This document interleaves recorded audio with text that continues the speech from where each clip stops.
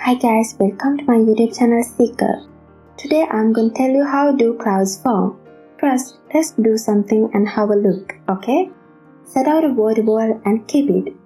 Then when you look at it, after some time, the water level in the bowl must have been dropped. So where did the missing water go? Really, that means some of the liquid water in the bowl changed to an invisible gas called water vapor and drifted away into the atmosphere.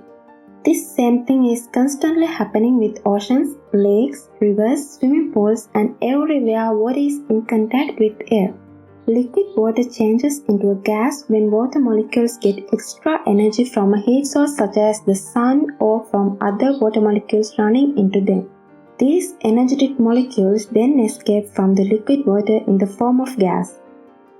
In the process of changing from liquid to gas, the molecules absorb heat which they carry with them into the atmosphere. That cools the water they leave behind. The air can only hold a certain amount of water vapor depending on the temperature and weight of the air or atmospheric pressure in a given area.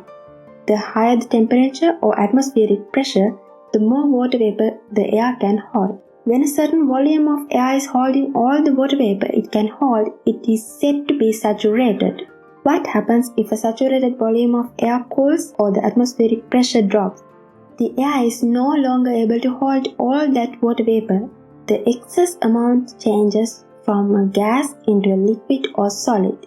The process of water changing from a gas to a liquid is called condensation, and when gas changes directly into a solid, it is called deposition. These two processes are how clouds form. Condensation happens with the help of tiny particles floating around in the air, such as dust, salt crystals from sea spray, bacteria, or even ash from volcanoes. Those particles provide surfaces on which water vapor can change into liquid droplets or ice crystals. A large accumulation of such droplets or ice crystals is a cloud. Let me ask you, have you ever think that clouds can form at ground level too?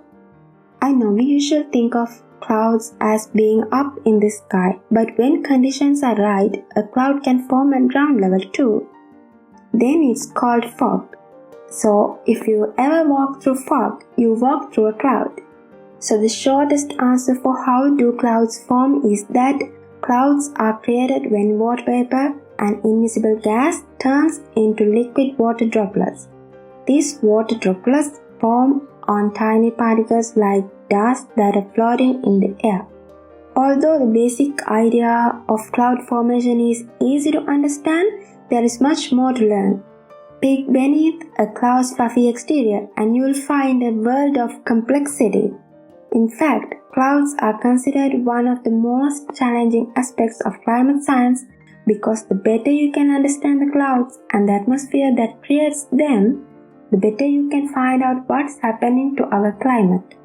So guys, if you haven't subscribed Seeker yet, it's now time for you to click the bell icon there. Click it and wait for more interesting videos.